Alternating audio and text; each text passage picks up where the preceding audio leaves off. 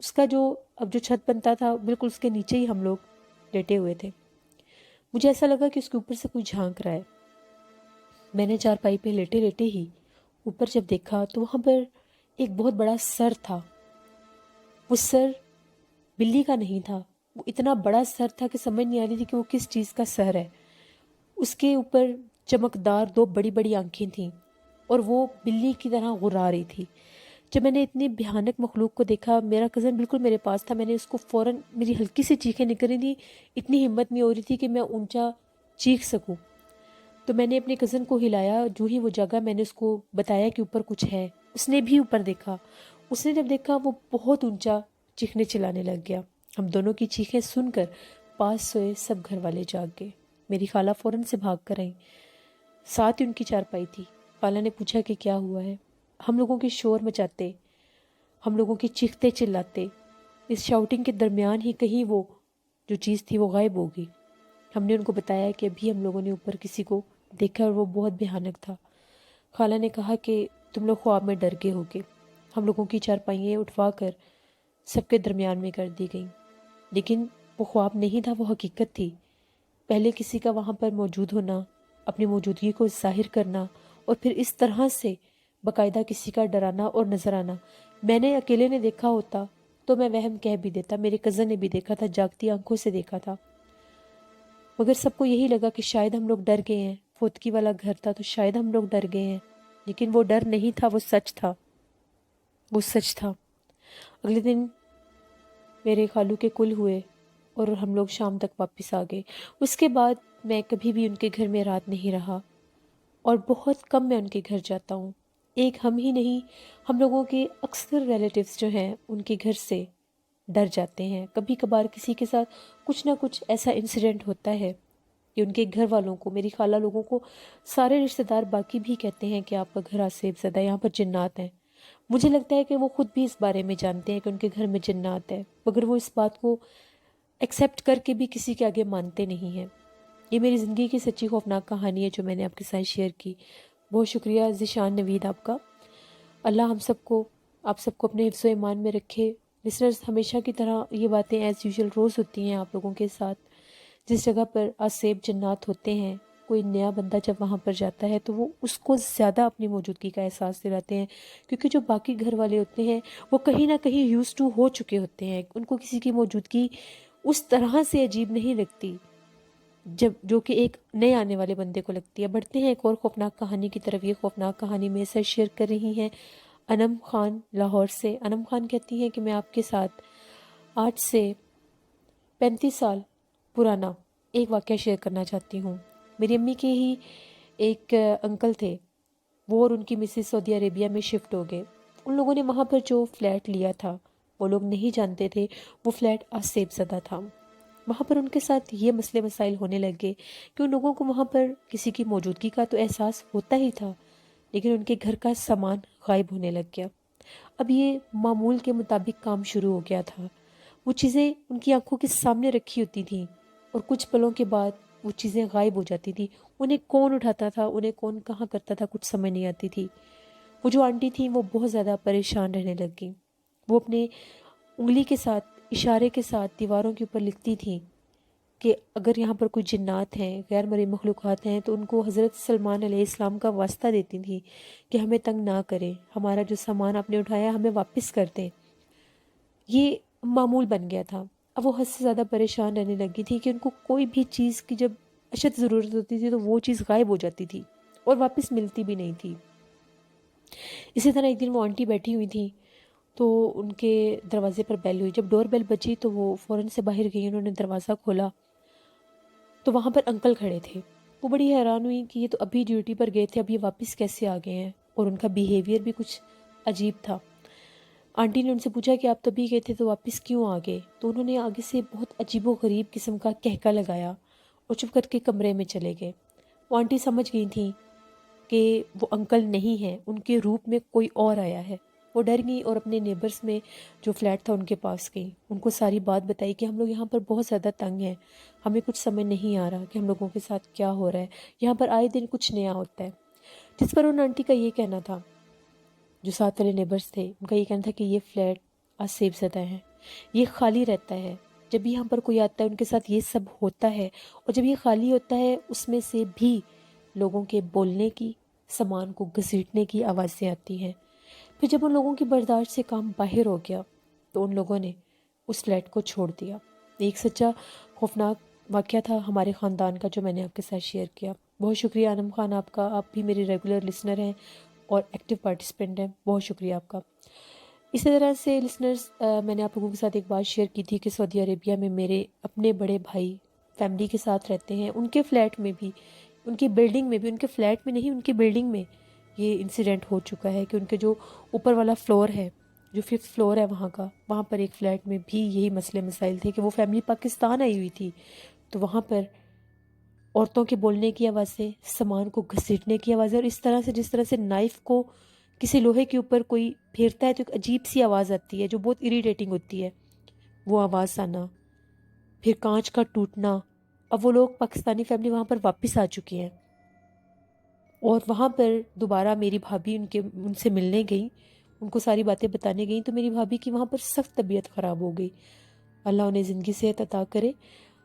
بہت سے ایسے فلیٹس ہیں، بہت سی ایسی بلڈنگز ہیں سعودی عربیہ میں بھی جو بہت زیادہ آسیب زدہ ہیں. بس اللہ سے رحم مانگنا چاہیے. بڑھتے ہیں ایک اور خوفناک کہانی کی طرف. یہ خوفناک کہانی ملیشیا سے میرے ساتھ شیئر کر رہے ہیں شفقت حسین.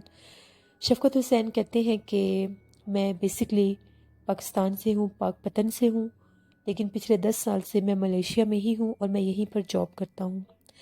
مجھے شروع سے ہی لگتا ہے کہ میرے ساتھ جس طرح سے کچھ ہے، یعنی مجھے اپنے ساتھ کسی کی موجودگی کا احساس رہتا ہے. میں پاکستان میں بھی تھا تو میرے ساتھ یہی سب ہوتا تھا. جب میں سوتا تھا، جاگتا تھا، چلتا پھرتا تھا تو مجھے ایسا لگتا تھا کہ میرے ساتھ کوئی نہ دکھنے والا وجود ہے، کچھ ایسا ہے جو مجھے ڈراتا ہے. میں سوئے سوئے ڈر جاتا تھا. کبھی ایسا محسوس ہونا کہ میرے جسم پر کوئی بوجھ پڑ گیا ہے تو میں ڈر جاتا تھا. پھر میں نے تعویذ بھی لے کر گلے میں پہنے، لیکن جب میں ملیشیا میں آ گیا، یہاں پر میں احتیاط نہیں کر سکا، وہ تعویذ کہیں میرے سے گم گئے.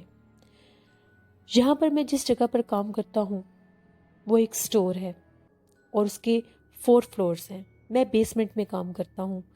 میرے علاوہ بھی وہاں پر ورکرز ہیں، 2 لڑکیاں ہیں، 2 لڑکے ہیں، ایک انکل ہیں جو ڈرائیور ہیں.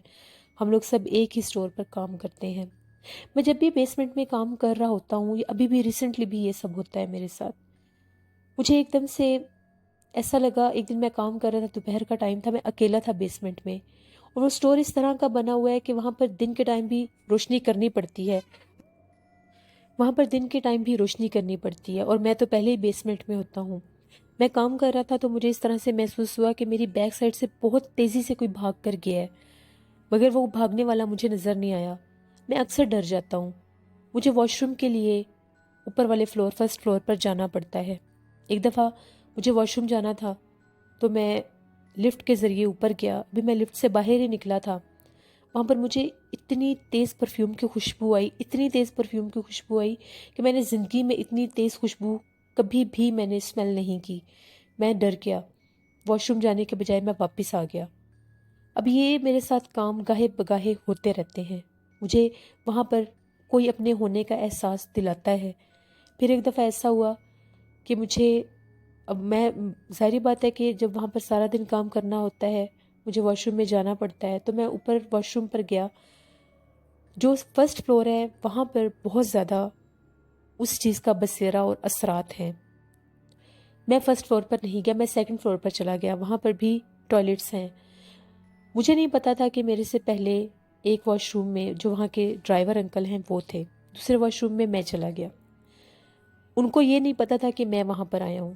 جب وہ باہر نکلے تو انہوں نے لائٹ آف کر دی. اب ہر طرف اندھیرا ہو گیا.